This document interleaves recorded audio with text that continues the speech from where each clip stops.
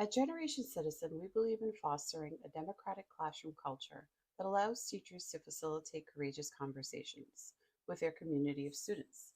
Students' ability to use their voices and share their perspectives is key to sustaining democracy. My name is Juanita Montes de Oca, and I'll be your guide today. The Voice and Persuasion curriculum module focuses on persuasive media techniques, strategies for evaluating credible information and sharing feedback, and ways to advance change through engaging your audience. As students explore how to share their voice and select the community issue they will focus on, we recommend engaging them in a consensus building process. At Generation Citizen, we guide students through the consensus building process to narrow down the community issue the entire class will work on throughout the semester. This allows students the opportunity to practice sharing their thoughts on an issue, practice listening to others, and consider shifting their position on an issue. Consensus building provides students the opportunity to explore the rights, roles, and responsibilities of citizens. It promotes the civic skills of persuasive communication to mobilize others and leans into the civic value of the responsibility to balance individual interests with broader collective aims. In preparation for this activity, we encourage teachers to review the classroom norms, creating space for amendments to the agreed upon expectations based on students' requests. We recommend elevating the following norms if not already included. Ask questions if you don't understand someone's position. Stay engaged. Don't check out of the conversation. It's a personal commitment each person makes, regardless of the engagement of others. Speak your truth, knowing it's only part of the truth.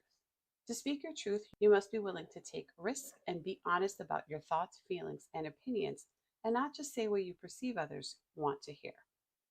Practice confidentiality. To support each other in our risk taking, we must agree to respect the privacy of each individual's identity and life experiences.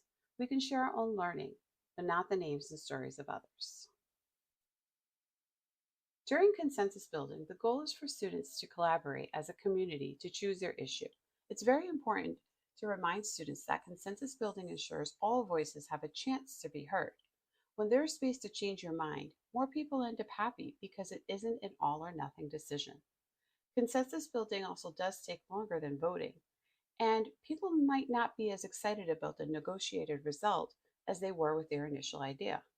However, using this model is more democratic, as it creates shared understanding through discussion that bridges differences and equalizes the distribution of power in a group. Before beginning the program, we often hear from new generation citizen teachers that they're concerned that student conversations will not occur naturally during the opinion continuum. While we haven't seen this happen often, since young people are usually quite eager to share their opinions on topics they care about, here are some best practices. If you're concerned about the quieter students in your class being overruled, pass out individual whiteboards or post-it notes and invite them to voice their opinions in writing. Add objective commentary and invite students to do the same. Something like, it looks like most people are standing on one side of the room. Or ask them to interpret it. What do you think that means? After a student shares a point, ask if that's something other people have experienced or thought. Something like, I'm seeing a lot of nodding, so it looks like that's something that a number of people agree with. If students are sharply divided, ask students to restate the points of people opposing them to remind them to be responsive to others' perspectives. If students are stuck on an issue, pause and give them time to reflect with a partner or in writing before returning to the full class.